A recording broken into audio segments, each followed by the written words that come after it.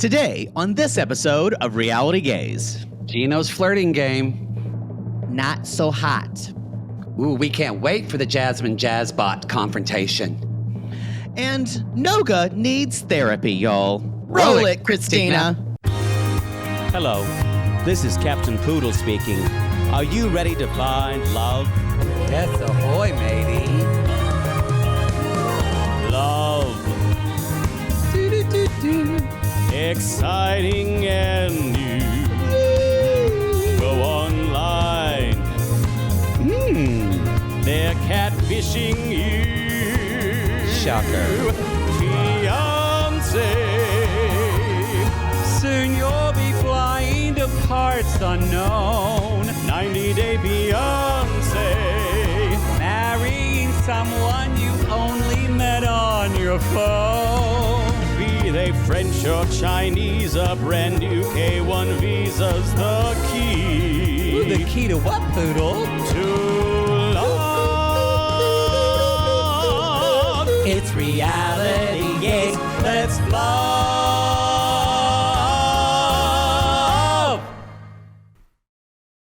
I hate Poodle so much.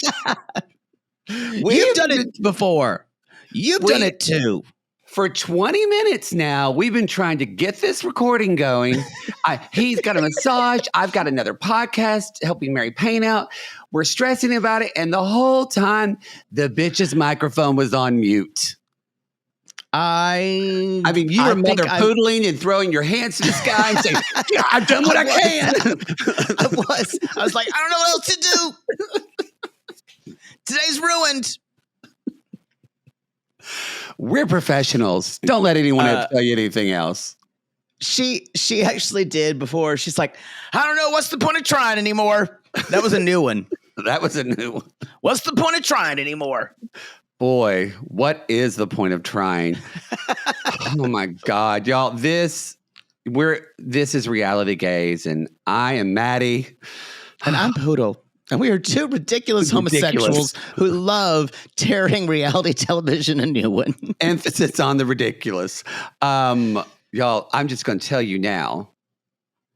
We are punch drunk. This is our last show. These last two episodes are basically our last hay that you're getting while we're on vacation. But this is our last little thing, except for a special edition of Gaily Dose that we're going to do later. But we're ready. Poodle's ready to go fuck Inky and Dinky or whoever lives in Iceland. I'm not fucking Inky. I'm ready to go fuck some bears in Provincetown and hopefully some human bears. But you know, with my luck, I'll probably just get banged by an actual grizzly bear. Just come back with scratches all over your face. Mm-hmm. We look like. If you're watching the video, you can on YouTube, on YouTube's day. You can see I'm in a hotel room with a kind of hideous cellular print on the background. It's not pretty. Or I'm in the hotel. I'm a concrete wall, so I look like I'm in a bunker. You're at the Moxie, and I'm at a hotel. It's an autograph, but I think it's dump. What a dump. What a dump. I am such a fucking snob when it comes to hotels. You used to not be, but I think after going on tour, you know what it is too? Me about airline lounges and hotels, and now you see. During COVID, very expensive hotels were cheap. They were. And they're not anymore. If you give me a deal, I will never be able to get over it. My standard won't go back up. It's like when prices go up for like inflation, I'll go, oh, they're trying to charge me an arm and a leg. Uh-huh. It's like when, you know, you've had a boyfriend with fine dick for 5 years and then you either break up or you cheat on him and you get really good dick and you went, are you saying to yourself, I can't go back? No, it's kind of like, it's like the Delta Lounge. I won't go back. Won't go back. I won't go back. Won't go back. West, I won't be hanging out with the rabble at the gate like a piece of trash. Well, the thing is, if I'm in a Delta lounge, I don't have to watch somebody film a fucking TikTok dance in the middle of the lobby. You're still not over that. And I'm upset that when I brought it up on the Gaily Dose, that most people thought, I think it's fun. And I wanted to say, you're all sick in the head. People are fucked up. Okay. By the way, I should tell you, we're doing the show in order. Great. We usually... We're great. I don't think we talked about anything. You just wanted to start the show because you wanted to humiliate me. I was frustrated. You know what I did want to bring up? I was shocked, gagged, gooped. I think I posted on Facebook and some people saw. But so I originally flew out to DC to see my friend for a couple of days before I went down to Bald Head to Mary Payne's place, who's doing great, by the way, for people asking. So, but so I flew to DC, and of course, everybody in LA went, "Oh, you're flying. Beyonce's playing tonight. You should go see Beyonce." And I'm like, "Well, I have friends. I'm going to go hang out with my friends. I've seen Beyonce, but so I got upgraded. Speaking of Delta, I got upgraded to Delta fucking One, flying from LA to DC, and in front of me was motherfucking Beyonce's mother. I didn't talk to her or anything like that. I'm not going to do that. But we get off the plane, and then I'm waiting for my luggage. Miss fucking Tina Knowles, millionaire in her own right. I see her walk up to the baggage, rolling one of those rental carts, getting her own bags. Wow. And I thought something must be up with her son-in-law, because if your son-in-law is a billionaire and your daughter's Beyonce, maybe she was surprising them that night for the concert, but something's up. I just think there's drama there. You heard it first.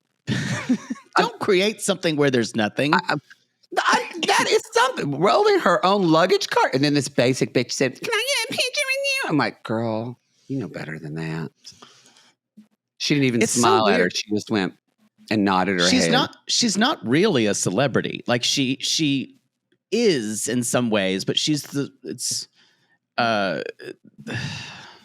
self-made. A lot of people don't know she started a bunch of hair salons, and like there's tons of changes. No, that I know. What I'm saying, like celebrity wise. No, yeah. Matriarch's supposed to be great. It's on my. Y'all know I love a woman of that book, Actress of a Certain Age. You know I love a biography, so I'm going to read it. I just don't have time. Anyway, that was my little thought that I thought it was weird. We can start this now.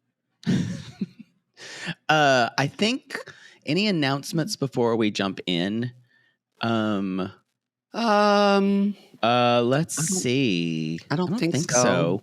We finished. I have a Gilded Age corner, which I think we can do on episode 2. Okay. I watched last night. I have not seen. I'm behind. So, Natalie, what were you thinking when you first saw me?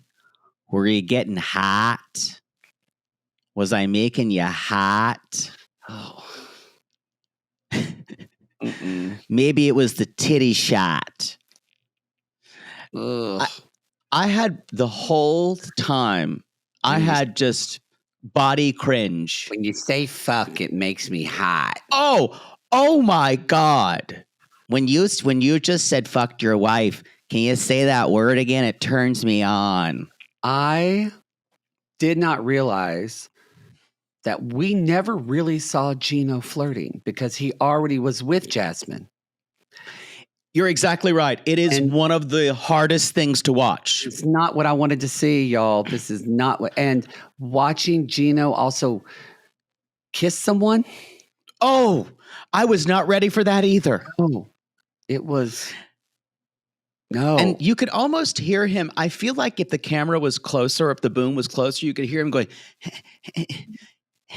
Stop it. Stop it.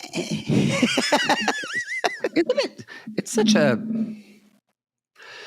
It's funny how you end up, you like some people and you think they're so harmless, and it's like real life, and then they backstab you and then you hate them. You can't trust anybody. I don't necessarily have that experience of a lot of things. No, that's not anything with my personal life at all.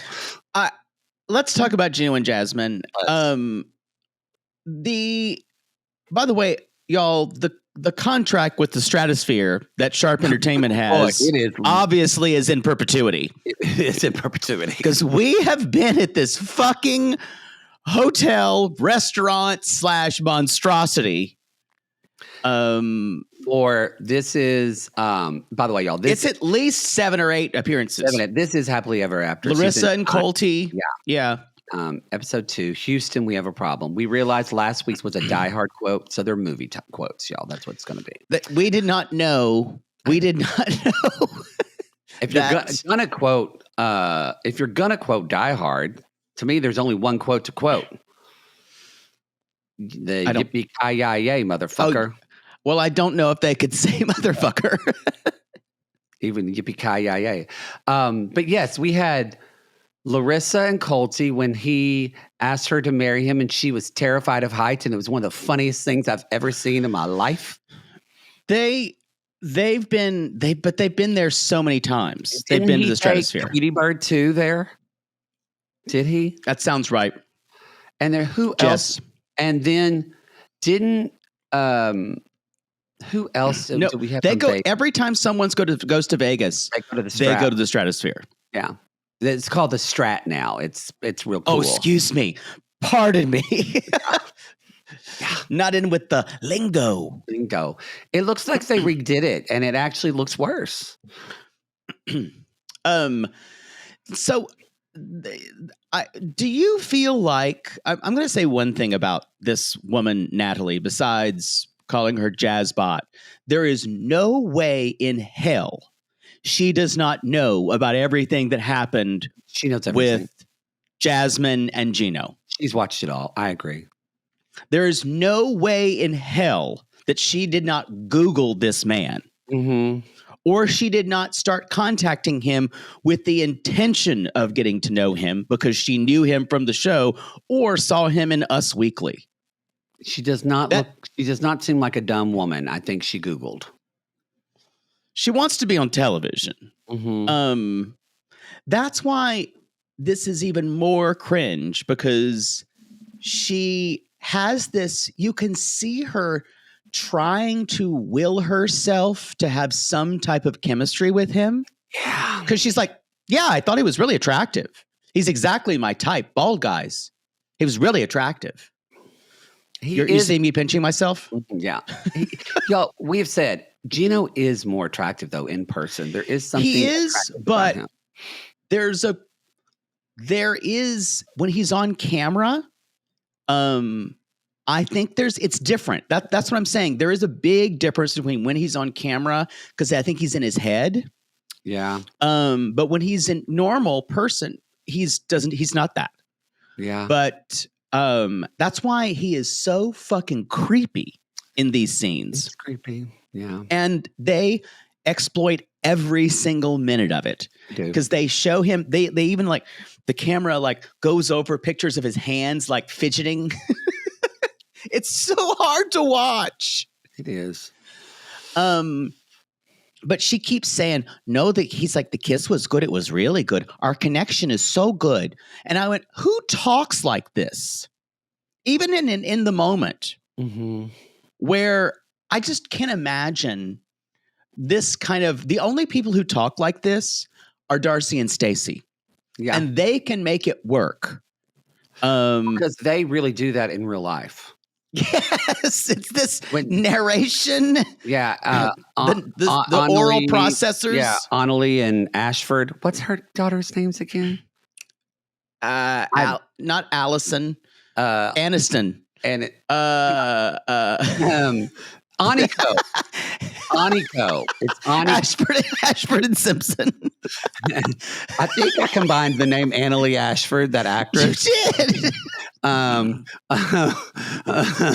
Aniko and Aspen. Aspen, that's it. God, I do feel like my brain's becoming oatmeal. Oh, well, I won't remember it. Co-signed. I agree.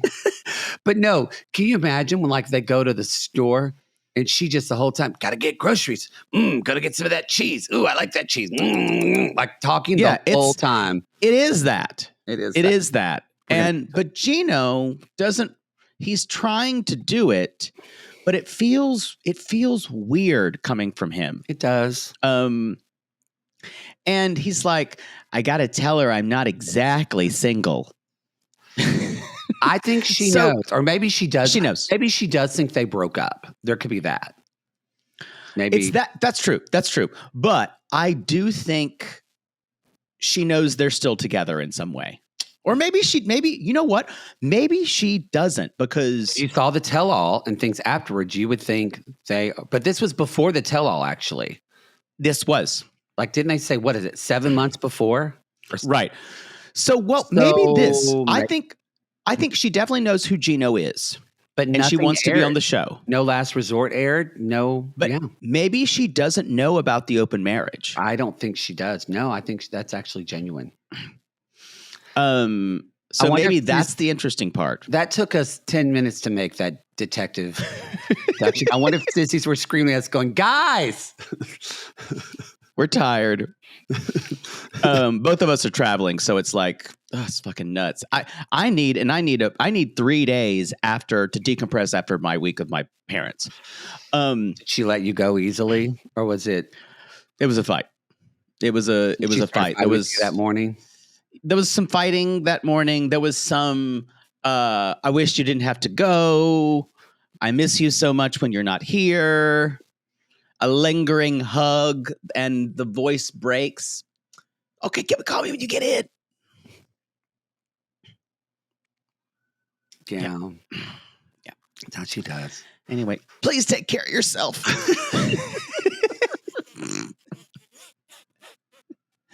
There was another thing that my mother started doing when I would go do stuff. My mother was like, try to enjoy yourself.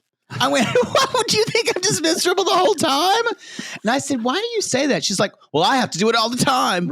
I was literally about to say, because she tells herself that all the time. Just try to enjoy this. Try to enjoy yourself. Well, that's good for her. That maybe she's having a little bit of self-reflection that life's short and she should enjoy it. But it's not healthy. It's not. It's not. It's not healthy. It's like, just smile and try to enjoy yourself. Oh, so yeah. So this is let me. I also don't think Gino is really being. I think this is a big share, and I don't think it's being authentic when he says, "I haven't had this connection in a long time," and he said that the production said, "Not even in your marriage," and Gino says, "No." I think he's rewriting history a little bit, because when we saw them together, unless Gino's the best fucking actor together ever, but yeah, they seemed, we were there when they were sucking toes in the tent and fucking. That looked like a connection. Here's the thing. I think this entire section of him saying, I'm finally trying out my part of the open marriage, is to hurt Jasmine. I do too. I think the whole thing, which makes it even more gross. Yeah. And so he basically says the last time Jasmine and he had sex was before their marriage or shortly after, and she's just in shock. And Gino says, we didn't have that kind of connection. And I have to have a connection to be intimate. Again, you guys, this is someone who has issues of sex that revolve around needing someone to be like almost subservient to them, almost a mama. Yeah. In that way, or it is the virgin whore complex. Yeah. Jasmine is not that, and Natalie is not going to be that either. No. So it's going to end the same way. Yeah, it's going to always. And it's always going to end the same way. What were we going to say? I'm saying I don't know if I can do a blow by blow of just them awkwardly flirting. I'm going to have to book report it a little bit, because I just don't think I have the stomach to go through it all. No. Y'all want to see that, but there's all this. Go ahead. I think it's just a lot of things like, you're a super amazing person. It's all just garbage words, and she's like, you had that big smile when I saw you, and all this kind of stuff. And so he asked her to go to his hotel room, and she says yes. She goes. I think they're staying at the Strat because it's a shitty hotel room. Yeah. So, and they're talking about their favorite parts of the day. And he's talking about, you really licked that polar bear. And she starts to fillate the champagne bottle. Let's be honest. Also, they're drinking out of the little champagne bottles. And I'm like, that is not the way to drink champagne. It doesn't look sanitary either. And at one point, he licks the bottle and is doing it. And I'm just like, so you're going to simulate oral sex now. And she looks at him and says, and Gino even says, gosh, you do that so good. Gosh, you do that so, oh, wow, you're turning me on. When you're flirting with an adult, don't say words like gosh or golly or gee whiz. I love those. Wow. Yeah. Gee whiz, I love your coochie. That's not what you say. I want to jump her bones, he said later. It is like his language of flirting and sexual talk is from when you're 13. Yes, because he isn't an emotional person. He doesn't have emotional intelligence. And so, yeah. Yeah, he doesn't have a lot. So later he's looking for cologne. This is the next day. Her person drove him crazy. So the next day, yeah, he's looking for cologne. Right. And they didn't sleep together. She left, and then on the way back, the woman helps him. He's smelling his wrist like a freak.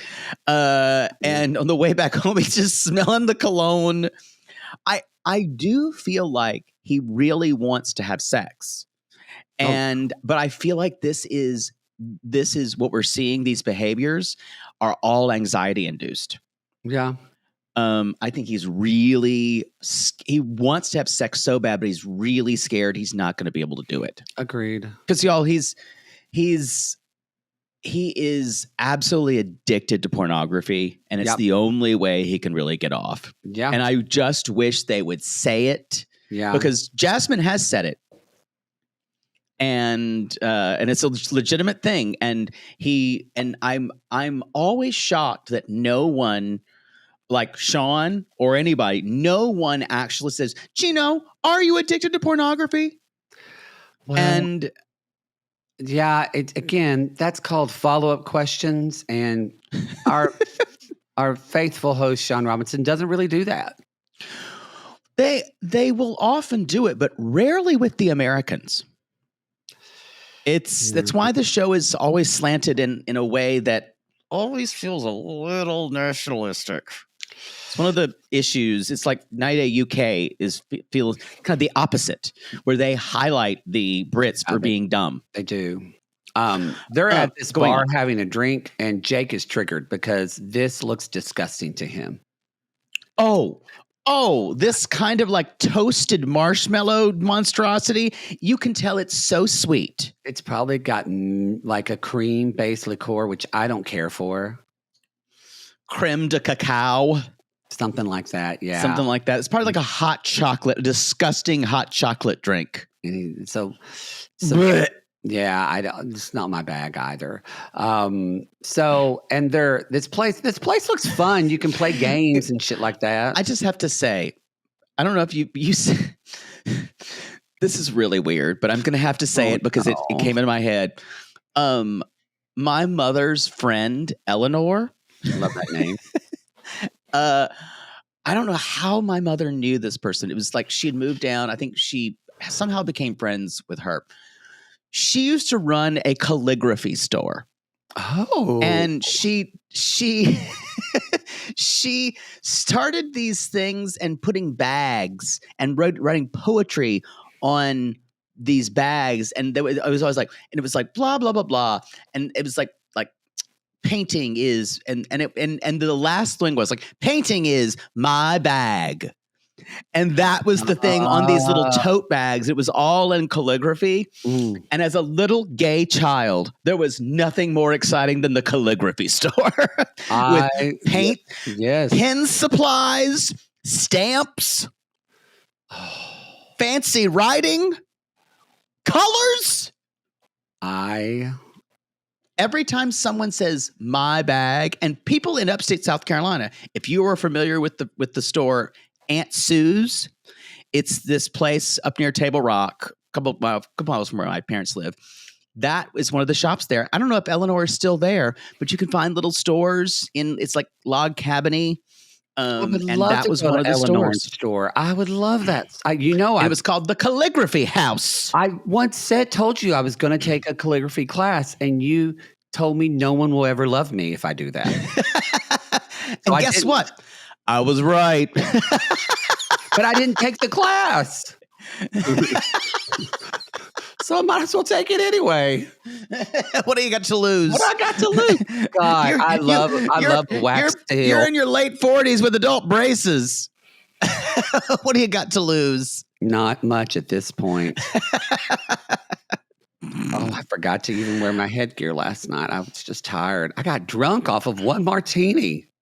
Wow. I was know. worried. When you get drunk in a city, I get worried. Because I normally don't get drunk by myself in a city because I don't think that's a smart thing to do. Luckily, I agree. Was 5 blocks from my hotel. So, but I got ripped. Off of one martini? I had a martini and a glass of wine. I had that. Provincetown's going to be interesting if you're just going to be passed out by 9 p.m. Oh, that's why I'll do a gummy, because then I'm not like, anyway. So let's move on to did you just do all Gino and then Jasmine separately? I think that's what you did separately, but we can talk about Jasmine. That's fine. No, that's fine. Let's go ahead and keep doing it that way that you're doing it. So, it's the last day in Vegas and they're playing all these games. And she said, Gino says, I'm nervous because I don't have an answer about what happened to me and Jasmine. Which means if you don't have an answer, it means you don't have a good lie. Exactly. Because there's always an answer. The answer is easy. Exactly. The answer is always easy. Now, here's the thing. Why would this woman... I don't know. They're talking on and off. They've been talking online. Mm-hmm. I don't know if this woman is owed after one meeting the full. She says, "I'm trying to can you give me the full picture of what happened with you and Jasmine?" I don't think this woman is owed that. I don't think she's owed that. But I think from what she knows. Well, and what she I think wants to know, which kudos to her later on for saying like she just doesn't want to enter in. She doesn't want to enter into a relationship. Which I totally understand. And she even said it's not fair to anybody. Now, if she had known about if she had known about the open marriage, she totally is. Yeah, I'm saying from what she knows now, I don't think she's entitled. Because that is the lesson here. Remember, y'all, if you don't know, then you can hoe. Exactly. But once you know, you can't hoe. You can't be that person. Well, you're right. You're right. No, that's true. We are taking a firm reality-gay stance on that. On hoeing when I'm knowing. Yes. I will say, when I'm on the apps and thinking like I'm not checking if someone actually is single. It's not my business. They're in the room. It's not my business. It's not. And if they're not single, it's not my business. Now, if I willingly get involved with someone, then they have to tell me that someone's open with the partner. And I said, "Oh, you guys are open." But if they say no, we're not open or something like that, first of all, they're going to tell you they're open even when they're not. Trust me. Yeah. And that's when things get a little hairy. That's when someone knocks on your door and says, "Can I talk to my boyfriend?" Mm-hmm. God, I wish there was a camera in your house that day just so I could watch that back again on repeat and laugh. Like, hello? Because when you get freaked out or surprised, your eyes get so big. And I bet you literally just... I was like, what do I do here? So they... how Gino explains, he's like, so we had a small argument. She went to the gym, and then she says she wasn't going to coming back tonight because I don't like the way you're talking to me. And And she's like, so where's she staying? She's like, well, she was gonna stay at Matt's house. She's like, who's Matt? And it turns into this like recounting in her horror about this. And she's like, well, a guy I agree with Jasmine. How do I say? I agreed to an open marriage. And her answer is, why? and she's like, well, she and I would always be fighting and I couldn't be intimate with her. And to me, if I was Natalie, I would immediately go, who's at fault here? Well, she even said, we've been talking for so many months and he's never said anything about an open marriage. This is a red flag of someone that's going to keep shit from you and lie to you. How deceptive can you be? And she said, she's like, he has told me so much negative stuff about her. And she said, I'm wondering if I'm being used as a pawn against her. Amen. 100%. That is exactly what's happening. If you're thinking it, then it's happening. It's actually quite cruel. And did you hear him say, she said, I don't want to be part of this. And then he says, are you still in this marriage with her? And he went, technically, yes. And then she's like, what about a divorce? And he's like, well, I haven't really thought about that. And he's like, I'm worried this is going to ruin the connection we have. And did you hear him say, I hate Jasmine, but I still have love for her? He said, I love her, but I hate her. But I love her. But I hate her. But I hate her. Yeah. Later on, Natalie needs a moment to process, and she's distant in the car. And did you hear him say, you're a really good driver? Yeah. Mm-hmm. That's Gino flirting. Mm-hmm. Y'all, this is really hard to watch. I got to be honest. It is, because then they probably cut it. Well, they probably didn't, but he probably even said, can you drive a stick? Ooh, no, that's too good. That's too good. You're right. That is too. Thank you. It would have. Yeah. So then they're packing up at the hotel. They're packing. She's kind of sitting there, and he's like, "What are your thoughts?"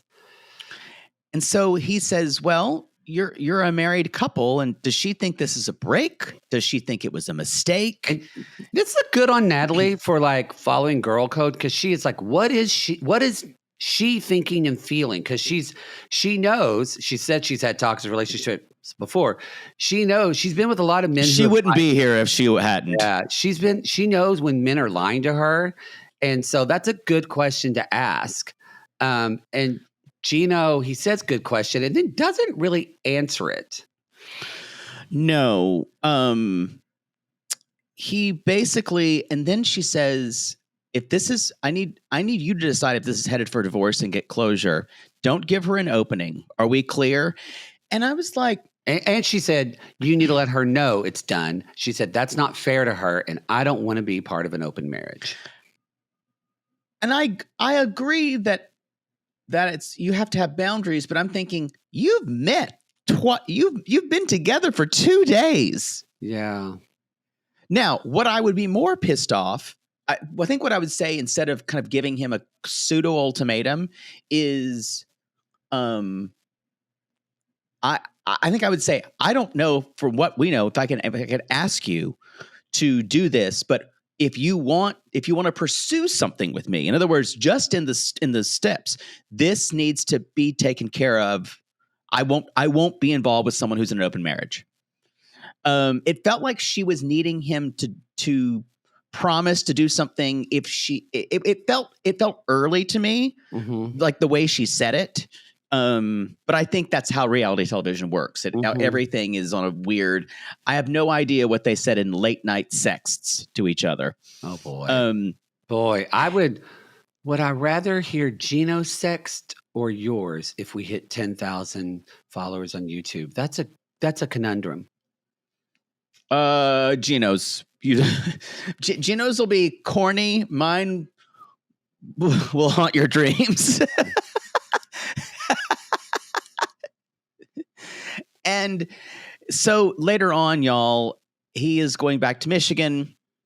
he also says that Jasmine and I just don't talk because he's cruelly cut her off completely. He's cut her off completely. And he's going back to Michigan. He can't hide forever. And I don't know if I'm going to go down the divorce road, but there's no going back after that. All right. So let's talk about Jasmine.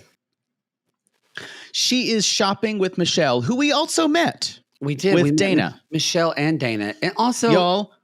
Yeah, go ahead. Go ahead. No, you go I was going to say, they love, you can't fake this because Dana and Michelle are not ready for prime time. They love Jasmine. Love her. And like it showed. They were always talking to Jasmine. They hang out. They're all over her Instagram. They talk about, and they have taken her side at the time. They have. That's the craziest thing. The reason why they know that Gino's fucked up and that he treats people like this, and that they know that Jasmine's probably the best thing Gino's ever going to get. Yeah. So that's why we believe everything Jasmine says. That really kind of what solidified it. Because like, as Dana said, she's become a sister to me. And Michelle. Yeah. It's confusing because the man's wife man's name is Dana and her name is Michelle. Yeah. I think I'd be fine with it since my dad's name was Chelsea. So Michelle says basically, I've been worried about you. And Jasmine says, I have dark days where I really miss Gino because I'm still in love with them and I want things to work. I believe that. Mm-hmm. And y'all, is that hard to believe? Yes. Jasmine is a very deeply wounded person. And I think people judge Jasmine because they're like, why would you?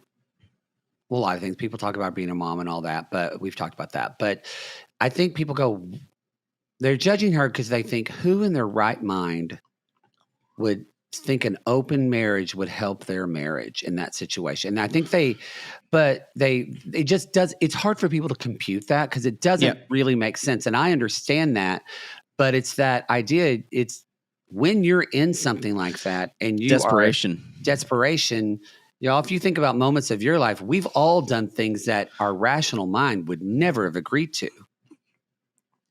Yeah. Yeah. But when you're in that, you're just doing the best you can. That's true. I'm sorry. So what's it trying to take you there? So they're talking about, Michelle says she's trying to stay neutral because I have my own personal relationship with Jasmine and I don't want her to be hurt. And Gino has blocked her on social media everywhere except for email. And she says, I sent him infinite emails. He doesn't answer. And Michelle's like, I don't know too much because I don't want to get into it, but I do know he met someone online and he's traveled to Vegas to meet her. Jasmine's face just fall. It was the be very careful what you say to me next face. Well, and she says, because look, y'all. And she also says, and this person kind of looks exactly like you. I was like, Michelle, you really didn't need to say that. But she's saying that to not hurt Jasmine. She's saying that because she's throwing Gino under the bus. Right. But Jasmine brings up a point and says, look, this violates the rules. Deal was, if you have a person that comes into, you're supposed to meet them. And he already violated a rule. We agreed on that. So she's like, she says, I have followed all the rules. That's what she claims. And she's like, but I'm trying to fix a marriage that he's already moved on with. Right. She even says, loving Gino is the worst thing that's ever happened to me. And I couldn't even move on if I wanted. A statement like that shows you how much distress she's in. Yeah. And she says, I feel so stupid missing him and being concerned. He doesn't give a shit about me and he's living his best life. So it's, I feel really bad. I think this is going to be, it's going to be bad. Yeah. It's going to be a hard watch. Reminds me of when I was in college dating my first boyfriend, and I knew we needed to break up, and I broke up with him because I knew that he wanted to. Why did you know you needed to? I'm just curious. He was real needy. Also, More than you? he was real needy. Wow. And also, I recognized that he needed to go. We were both newly out. We're 19, 20. I could tell he wanted to get in the club scene. He wanted to go do drugs. He wanted to do the lifestyle in Cedar Springs in the gay area and do all that. You wanted to knit and get a schnauzer? Didn't know about it. Didn't know about knitting then, but I did always love a schnauzer because my friend Sandy Blim had one, and I loved that dog. But so I broke up with him, and then he kind of what Gino's done to her, like this almost like, well, if we're going to do this, then I need all these things. He guilted me into being friends with him, sobbed and said, because I just said, we need space for a little bit. And he said, no, you can't. We've been friends forever and and all this kind of stuff. 3 days later, he is dating he's 20 at the time. He's dating some 45-year-old man, some rich guy who lives in Dallas, and he got a belly button. Whoa. I think the belly button ring pissed me off more than the dating the guy. But I felt, and I know, so I bring that up because Jasmine feels like a fool. She feels stupid, and like knowing that she probably somewhere part of her knew Gino would do this, and she feels gross that she didn't listen to it. So, but you know what? I had the last laugh because now he lives with his mother in a barn, and they run a cat sanctuary, and I think he's very single. That's sadder than my dating life. And we don't say that a lot on this show. A cat sanctuary? Yeah, they rescue cats in Arkansas or something like that. Do they live in it? I think so. Someone just told me this. He also runs a karaoke night, so I think he's still singing. Okay. That's devastatingly sad, but moving on. Let's do it. Let's talk about what I call the Florida contingent. And I did like it when you said the 90-Day Avengers. The 90-Day Avengers, the Florida Avengers. Yes. So this is basically this woman, Noga, is losing her mind. I think she's triggered about something that has nothing to do with Andrei. The interesting thing is that all the 90-Day people kind of look at each other and is like, is this bitch for real? Like, are we filming? What is happening? Like, can we cut? Because is this something that was planned? Because this is weird. This is weird, yeah. And Andrei calls her Doga. Mm-hmm. And he thinks it's funny. Yeah. It's not. And so she is going on and on about him being a bad human being. What he does is wrong. And I was thinking. Also, I reckon when she was leaving, there were kids. And I was like, why are kids watching this? Yeah. Why are kids doing this? Yeah, I agree. Fraudacity for reality TV. Kids don't know that. That's true. Yara says the hosts should have de-escalated the party better. Basically, de-escalated this. Mm-hmm. I honestly kind of agree. Loren should have said, hey. Yeah. Regardless, she should have gone to both of them and saying, this is my house. Stop doing this. But she has more cachet with the friend. Yeah. She really should have told. Yeah. She really, well, and here's the deal though, is Andrei is just a bull. He does whatever he fucking wants. Yeah. And it's just, I do feel that it is provoking something that it's a dynamic that Libby and Andrei have that we've talked about this before. She wants to flex her own muscles. He flexes his back, and they like it that way. I think that's a good point of there's a difference of somebody in an unhealthy relationship and maybe there's more that we're not seeing, but this is really, I think more than anything, this is the reason why her sisters all hated him so much. Because, it is. And this would trigger me as watching somebody that I love in this situation. But what everybody's taking out of the equation that you just mentioned, Libby chose to be here. Even before they got pregnant, she wasn't trapped in this. This is the relationship she wants, and to them. And this is the dynamic she wants. The dynamic they want.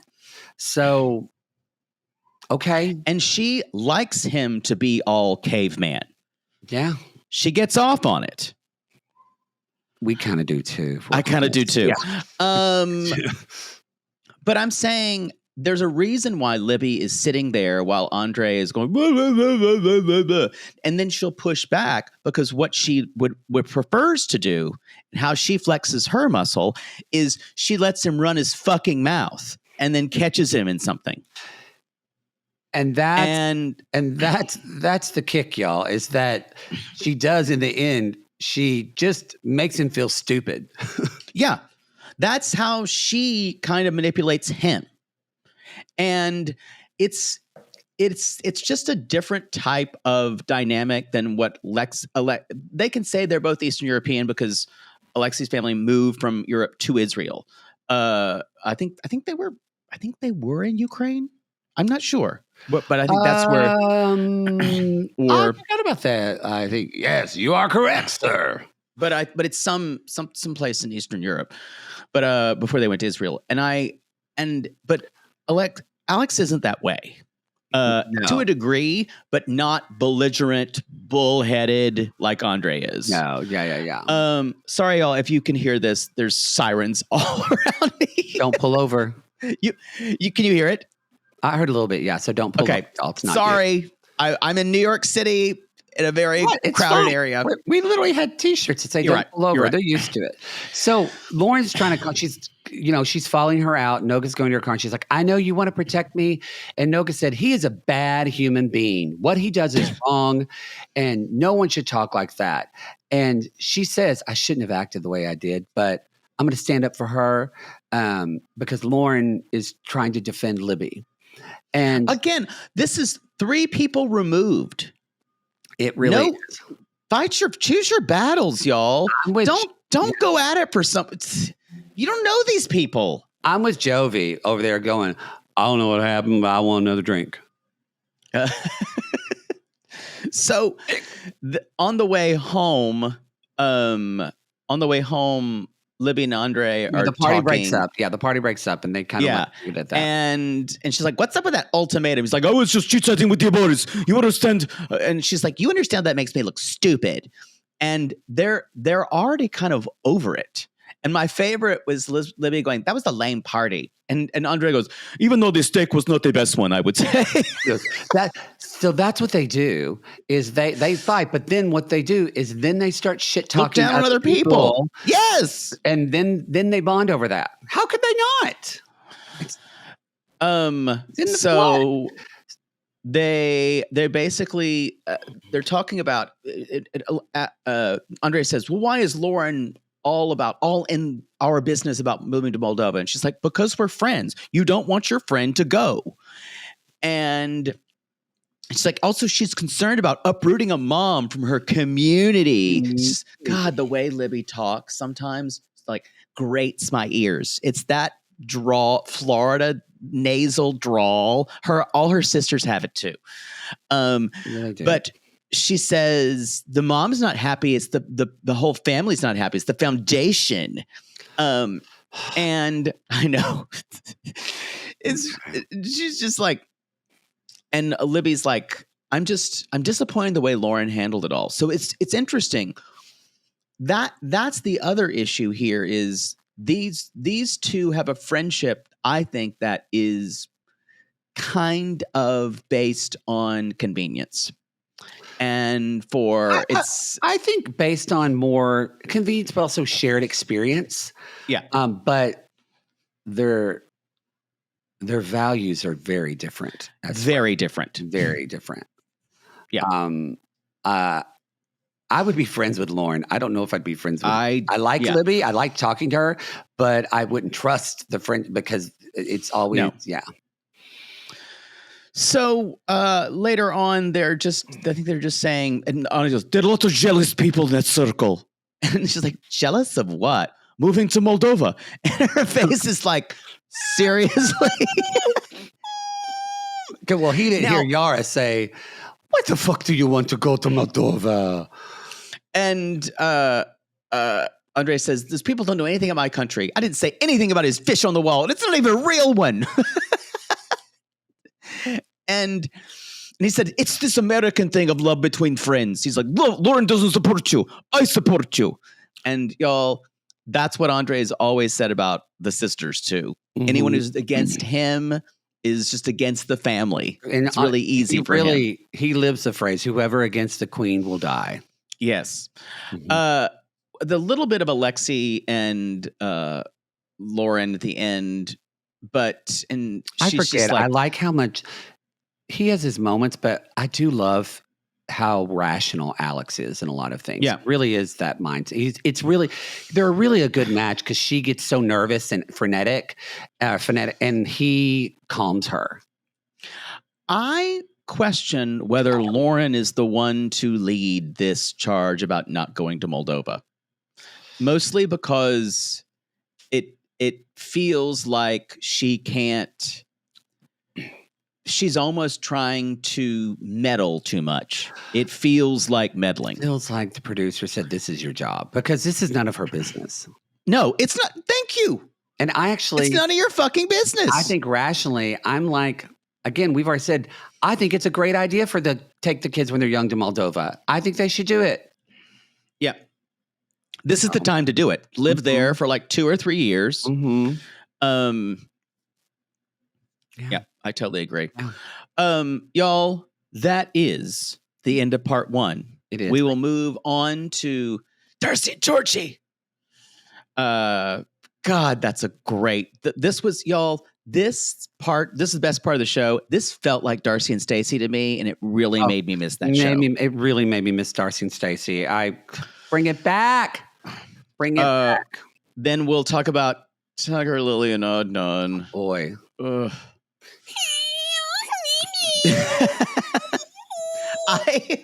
When she kept saying, baby, would you like my $20,000 toilet? When she kept saying, baby. Look, I know some of you have commented, your dogs start yelping when I do Tigerlily. I don't care, y'all. I got to find my joy in hay.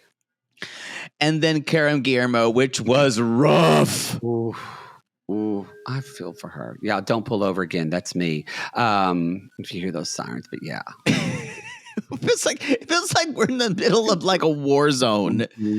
Just urban life. All right, y'all. But before we go, we're going to do one of our favorite new sections to the show. Call us. Call us. Call us, and y'all have been. We love it. This is available for people on the $15 tier that's available on Supercast and Patreon of RG+. All the information, if you're new to that, just look at the back post and you'll see the information of the number you call in and all that kind of stuff. So maybe I'll get a little ripped and call in one time. No, I won't play it. But people are. Fine. Okay, here we go. Hey, this is Molly from Sioux Falls, South Dakota. I was just curious. South Dakota I've listener. seen this musical a few times, and I love it, but I can see it being like too mainstream or something for Poodle. Maybe he judges me for liking it. But I was just curious if you could get a Poodle's Broadway corner on the Book of Mormon, since we've been so infatuated with the lives of Mormon wives in Salt Lake City and all that. So, yeah, keep going, Queens. Oh, I love it that she's like, this musical is probably way too mainstream for this bitch. I see mainstream stuff too, but she's not wrong. She's not. I've seen South Dakota. I love a South Dakota sissy. We do have even several in North Dakota, which I've said before. I've gone on the record to say is not real. No, that's where my grandpa's from. It's an imaginary place. Nope. No, just answer the question, please. Okay. I saw Book of Mormon a long time ago. I think it was one of the funniest things, most irreverent things I've ever seen. I laughed a lot. It's by the same guys who wrote South Park and I worked Jeff Marks and Bobby. The Avenue Q people wrote the music, right? Yeah. Mm-hmm. And I'm so sorry for not remembering Bobby's last name. That's my fault. Probably better that you didn't say the full name so he doesn't die. I'll probably better. But they worked on it, and I worked with Jeff Marks a little bit, working on another project. So I got some of the some of the things that they would not let them, producers would not let them say. So it was even dirtier and raunchier than it was. But I'll never forget when I saw Hasa Diga Ebawai, and which is basically saying like, what are you going to do? That's the first version of like Hakuna Matata. Yes. I won't spoil it for anything. I think it's really smart. I love it. I think it's got some heart to it as well. It's not a musical I ever want to revisit, because the jokes for me only landed once. You know, it's been so long since I've seen it. I could probably see it again, and y'all know me, I didn't remember it from the first. And it's not an album that I'd probably go back to. But I think it is, if you've got a really funny, I don't think I would take religious people to it at all. Disagree. I took someone who was an ex-Mormon to it. Now that's different. That's different. Gay, an out gay man now, but he was at first he was shocked, and he kept saying, "I can't believe they're saying this. How do they know this?" But he loved it. That's different. That is. He's not a religious person. I say, if you've got a Mormon friend, say we're going to go see a show, and just don't tell them. That's not how we want to do people in theater. That's not how you make a good audience. I know, but that's how you cause some shit. Sure. I would say it's a fun night at the theater. Like I said, I laughed a lot, and I think it'll continue to run. Yeah. There's no it's a great show. I think it's a really great show and really smart. So there you go, Molly. All right, y'all. That's South Dakota. We got to move on. That is the episode, y'all. You can find us at realitygays.com. Follow us on our social media at Instagram, TikTok, and the Blue Sky. And leave a review on Apple Podcasts or Spotify, wherever you like to listen, because we appreciate it so much. And if you want to listen to the show without any commercials, you can subscribe to RG Plus on that $8 tier. And again, thank y'all all for y'all are still loving, speaking of Secret Lives of Mormon Wives on the YouTube. We're getting closer to that 10,000 mark. So thank you for being a sub on YouTube. We got like 300 more. I'm seriously. No, you're going to have to spill it all. Maybe I could get I can hire a hacker to take about 1,000 views out. I don't want to do it. You're fucked. So we're going to hit that 10,000, I think, by the end of the year. So, all right, everybody. We will. And you're going to watch the scariest movie I could find. Well, we're going to skip that part. Maybe I will pull a punch and just give you something really terrifying, so you'll never be able to sleep again. I was going to be nice. Were you? Not anymore. Never. I was always going to be awful. No one ever said Jake was nice. That's not a word. That's true. Like I've said before, I'm kind, but I'm not nice. You're kind of a bitch. Fuck off. All right, everybody. That is the show. We'll see you in part 2. Until then, we call these people lonely hearts, because aren't we all just lonely hearts looking for love in all the wrong places? Yes. And if you are a small person, you've probably said something like that. I even told him I liked his stupid fish, and it's not even real. And you can call us. Of course.